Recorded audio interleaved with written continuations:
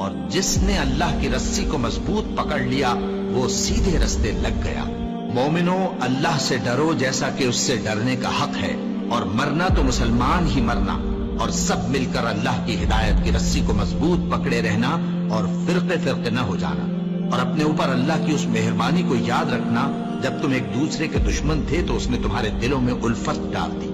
اور تم اس کی مہربانی سے بھائی بھائی ہو گئے، اور تم آگ کے گڑھے کے کنارے تک پہنچ چکے تھے تو اس نے تم کو اس سے بچا لیا۔ اس طرح اللہ تم کو اپنی آیتیں کھول کھول کر سناتا ہے تاکہ تم راہ راست پر رہو، اور تم میں ایک جماعت ایسی ہونی چاہیے جو لوگوں کو نیکی کی طرف بلائے اور اچھے کام کرنے کا حکم دے اور برے کاموں سے منع کرے۔ یہی لوگ ہیں جو کامیاب ہیں، اور ان لوگوں کی طرح نہ ہونا جو متفرق ہو گئے اور صاف احکام آنے کے بعد ایک دوسرے سے اختلاف کرنے لگے۔ یہ وہ لوگ ہیں جن کو قیامت کے دن بڑا عذاب ہوگا، جس دن بہت سے منہ سفید ہوں گے اور بہت سے سیاہ۔ تو جن لوگوں کے منہ سیاہ ہوں گے ان سے اللہ فرمائے گا، کیا تم ایمان لا کر کافر ہو گئے تھے؟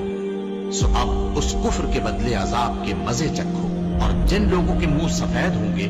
وہ اللہ کی رحمت کے باغوں میں ہوں گے اور ان میں ہمیشہ رہیں گے۔